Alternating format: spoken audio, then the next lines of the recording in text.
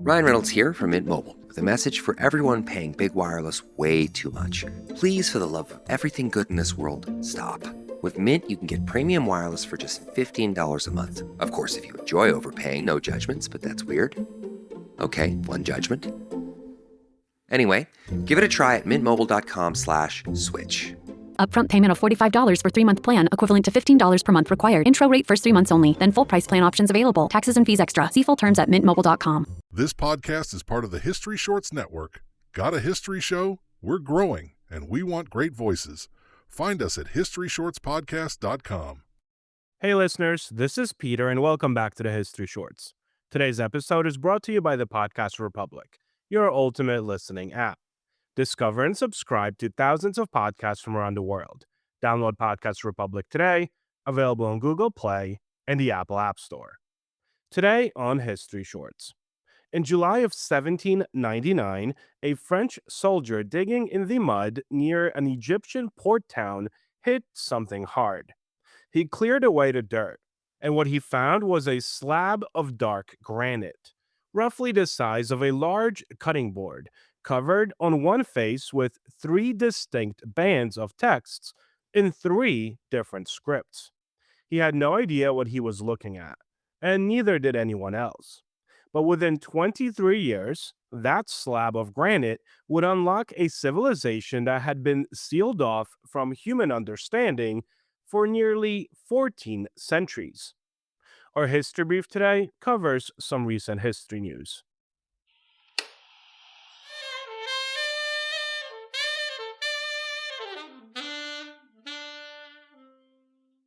A quick word from our sponsors.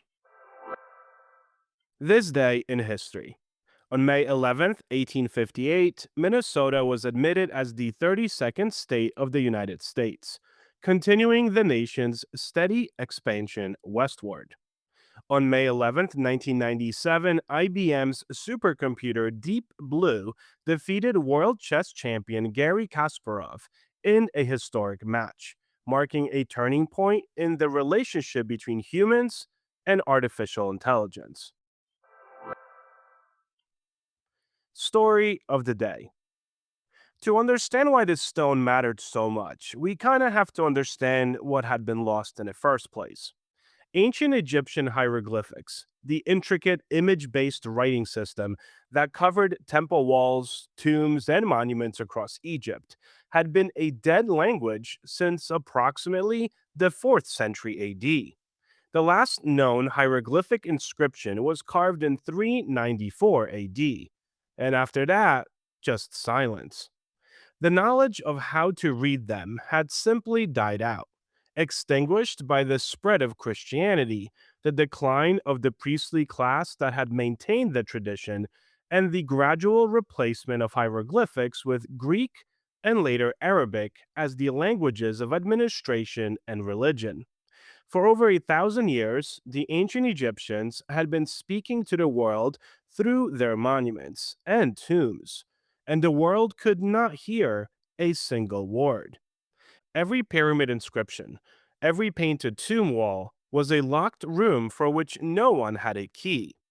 Well, the Rosetta Stone was that key. Napoleon Bonaparte invaded Egypt in the summer of 1798.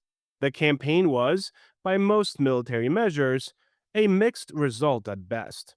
Napoleon defeated Egyptian forces at the Battle of the Pyramids in July of 1798, in one of the most symbolically loaded military engagements in history.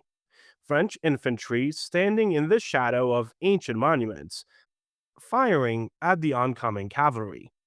But the British Admiral Horatio Nelson destroyed the French fleet at the Battle of the Nile in August, stranding Napoleon's army in Egypt with no reliable supply line. Napoleon himself slipped back to France in 1799 to pursue political ambitions, leaving his army behind.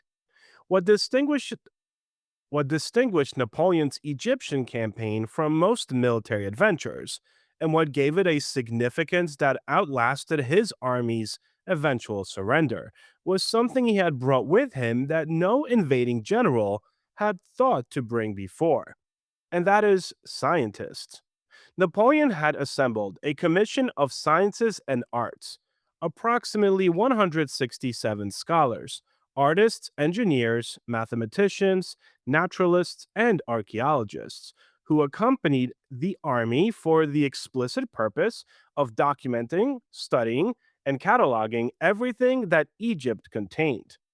It was by any measure one of the most extraordinary intellectual undertakings ever attached to a military campaign. And it was one of these scholars, or rather the soldiers working under military engineer Pierre-François Bouchard, who made the discovery that would change everything.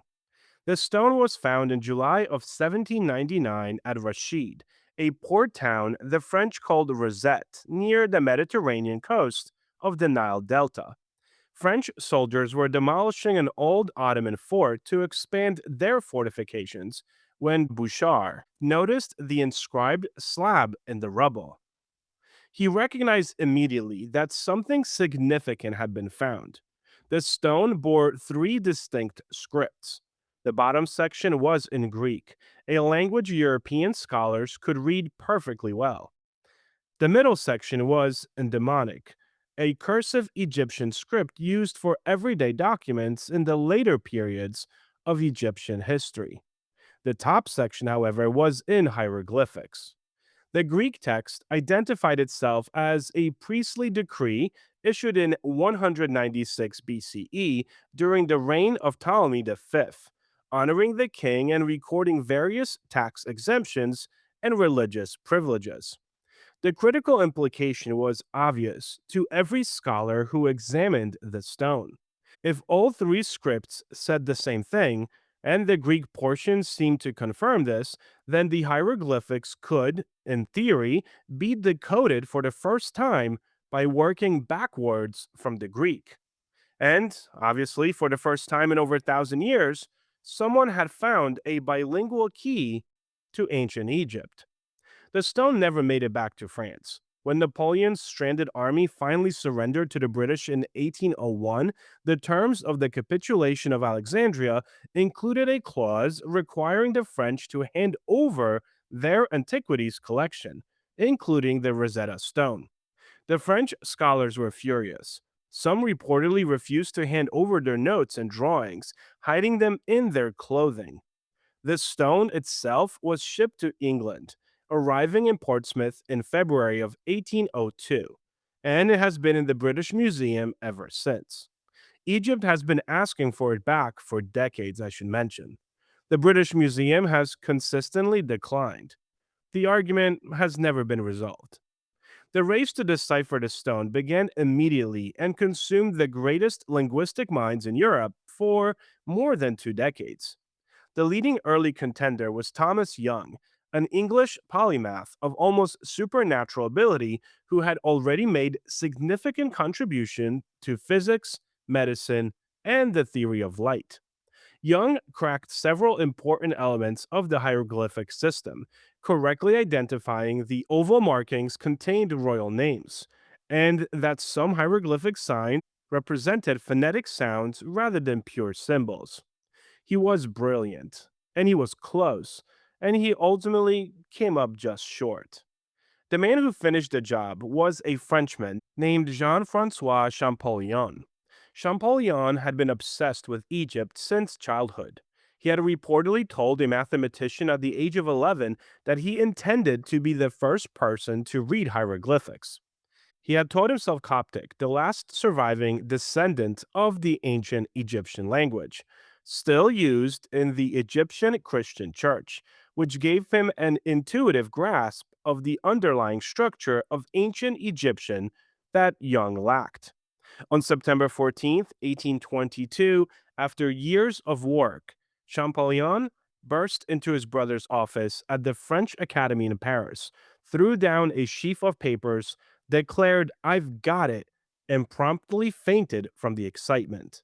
He was 31 years old, and he cracked the code. What the Rosetta Stone unlocked was not simply a translation puzzle, it was an entire civilization. Once his deciphered words were confirmed and built upon by subsequent scholars, the ancient Egyptian world, sealed for 14 centuries, began to speak again. Temple inscriptions revealed religious rituals and mythologies of extraordinary complexity. Tomb walls yielded accounts of individual lives, royal histories, medical knowledge, and astronomical observations. The pyramids of Giza, the temples of Karnak and Luxor, the Valley of the Kings, all of them had been mute for over 1,000 years. But after 1822, they were mute no longer. Every hieroglyphic inscription ever carved, every royal proclamation, every prayer, and every love poem scratched into a limestone fragment became readable. The ancient Egyptians had been waiting, in stone, you might say, for someone to hear them. The Rosetta Stone itself sits today in room 4 of the British Museum in London. It is the most visited object in the museum. The History Brief. Today, on some history news, we're headed to Berlin, where an ordinary walk through the field turned into an extraordinary encounter with the ancient world. According to reporting from Smithsonian Magazine, a 13-year-old boy discovered a small bronze coin while exploring a field on the outskirts of the city. At first glance, it didn't look like much, just a tiny worn piece of metal. But what he had actually found would turn out to be something remarkable. When experts examined the object, they realized it was no ordinary coin. It had been minted in the 3rd century BCE in the ancient city of Troy. That's right, located in what is now modern day Turkey, which makes it more than 2,300 years old.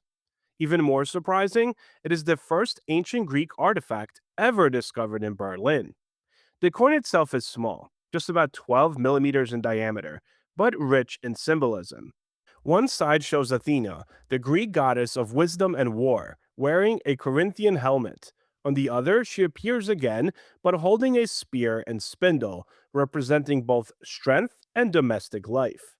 But the real mystery isn't what the coin is, it's how it got there. At first, archaeologists wonder if it might simply be a modern loss, perhaps dropped by a collector in recent years. But when they examined the site more closely, they found evidence that the field had once been used as a burial ground, with layers of history stretching back to the Bronze and Iron Ages. This suggests that the coin may have actually been buried there long ago, possibly as a grave offering or personal keepsake. Which raises a fascinating question.